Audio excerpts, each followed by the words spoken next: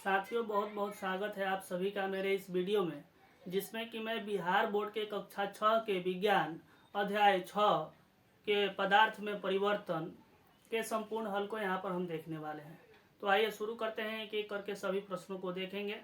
यदि अभी तक आपने मेरे चैनल को सब्सक्राइब नहीं किया है तो सब्सक्राइब जरूर कर लीजिएगा। आइए पहले प्रश्न को देखते हैं। पहला प्रश्न है कि सही उत्तर को चुनिए। क में है, निम्न में से कौन सा पदार्थ ठोस अवस्था से सीधे गैसीय अवस्था में परिवर्तित हो जाता है। तो इसका सही उत्तर हो जाएगा कपूर। कपूर जो है ठोस अवस्था से सीधे गैस के रूप में परिवर्तित हो जाता है। ख में है, बिना उबले हुए अंडे का द्रव गर्मी पाकर बदल जाता है। तो कच्चे अंडे को जब हम उबालते हैं, गर्मी उस पर डालते हैं तो वो सीधे ठोस रूप में परिवर्तित हो जाता है।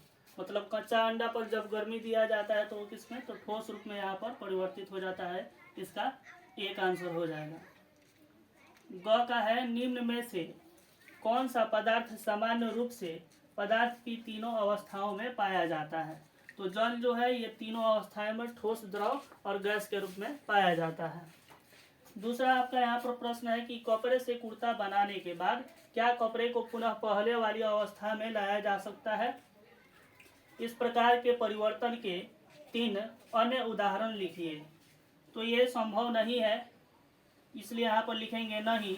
कपड़े से कुर्ता बनाने के बाद पुनः पहले की अवस्था में नहीं लाया जा सकता है।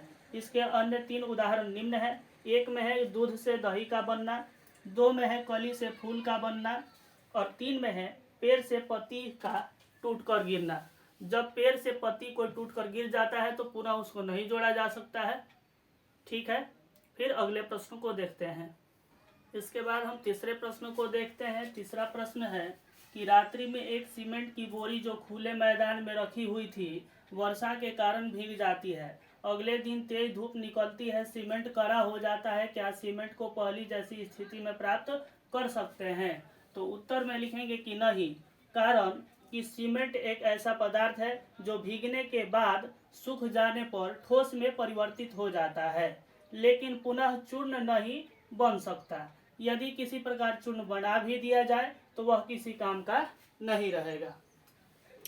चौथा प्रश्न है, नीचे दी गई तालिका में कुछ परिवर्तन दिए गए हैं। प्रत्येक परिवर्तन के सामने रिक्त स्थान में लिखिए कि क्या वह परिवर्तन उत्कर्मणीय है अथवा नहीं।